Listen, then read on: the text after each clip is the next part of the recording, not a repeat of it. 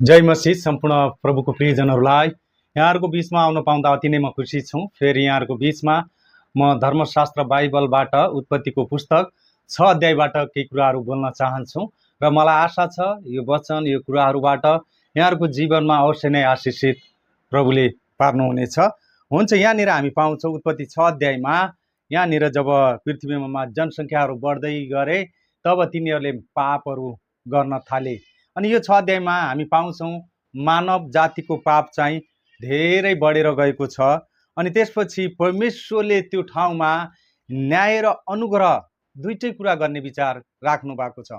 न्याय गर्ने र अनुग्रह गर्ने विचार उहाँले राख्नु भएको छ। र यो अध्यायमा चाहिँ जल प्रलय हुनुभन्दा पहिलेको अवस्थामा यहाँ नोहाको जीवन र परमेश्वरबाटको उद्धारको योजना हामी यो अध्यायमा पाउँदछौँ।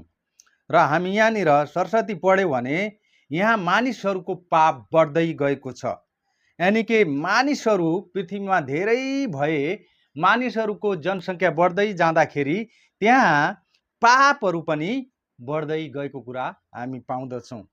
अनि र यहाँनिर हामी स्पेसली के पाउँछौँ भने परमेश्वर उनीहरूलाई त्यो पापबाट अलग गर्न चाहनुहुन्छ।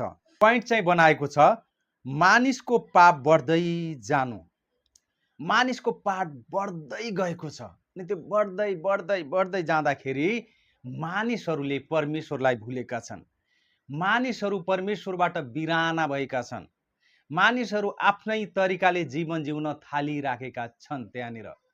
अनि परमेश्वरले त्यहाँनिर त्यो अवस्था देखेर उहाँ धेरै दुखी हुनुभएको पनि छ। यसको मतलब परमेश्वर यो चाहनुहुन्छ कि मानिस हृदयदेखि परिवर्तन भएको उहाँ चाहनुहुन्छ।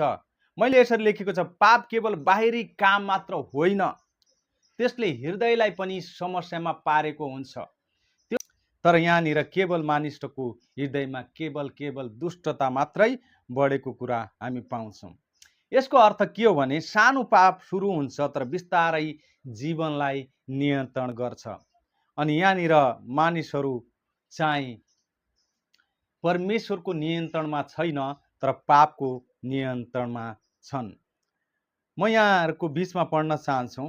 यहाँ यसरी लेखेको छ 5 पदमा, पृथ्वीमा मानिसहरूको दुष्टता बढी भएको र तिनीहरूको हृदयका विचारको जुनसुकै पनि भावना निरन्तर खराब मात्र भएको परमप्रभुले देख्नुभयो।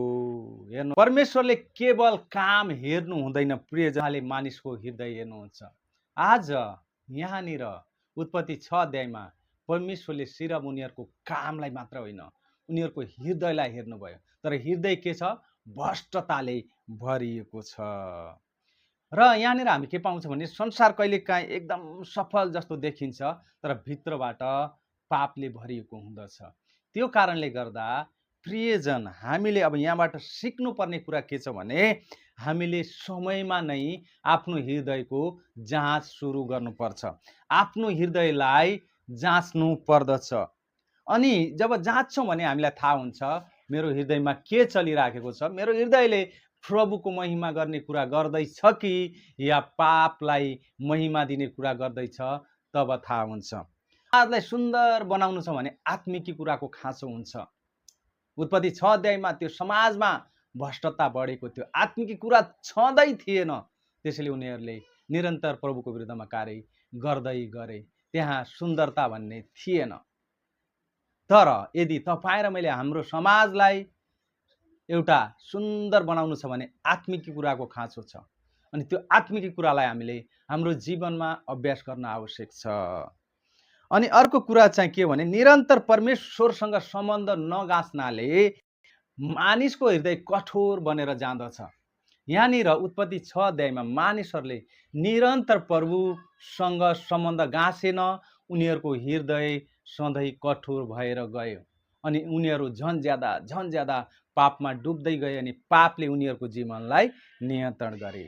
त्यसैले हामीले परमेश्वरसँग सम्बन्ध गाँच्न छोड्नु हुँदैन, सधैँ हामीले परमेश्वरसँग सम्बन्ध गाँसिराख्नुपर्छ ताकि हाम्रो सम्बन्ध असल बनिरहोस् अनि आत्मिक रूपमा हामी जीवित बन्न सकौँ।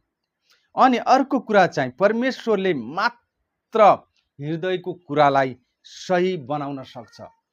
प्रियजन, हाम्रो हृदयमा कतिपय नराम्रा कुरा हुन्छन्, त्यसलाई हामीले हटाउन सक्दैनौँ होला, तर यदि हाम्रो जीवन प्रभुमा दियो भने परमेश्वरले मात्र हाम्रो हृदयलाई सही बाटोमा डोर्याउनु हुन्छ। त्यो कारणले गर्दा आज यहाँहरूलाई म अनुरोध गर्छौँ, उत्पत्ति 6 अध्यायमा भएको जस्तो जो पाप बढेको छ त्यस्तो हाम्रो जीवन नहोस्, तर हामी सधैँ प्रभुसँग सम्बन्ध बनाइराखौँ, प्रभुसँग सम्बन्ध गाँसिराखौँ, हाम्रो जीवनलाई परमेश्वरको नियन्त्रणमा राखौँ, न कि हामी पापको नियन्त्रणमा हौँ। र हामी यदि परमेश्वरको नियन्त्रणमा आफ्नो जीवनलाई राख्यौँ भने हामी आत्मिक रूपमा सुन्दर भएर जान्छौँ अनि हाम्रो परिवार, हाम्रो समाज पनि सुन्दर हुनेछ।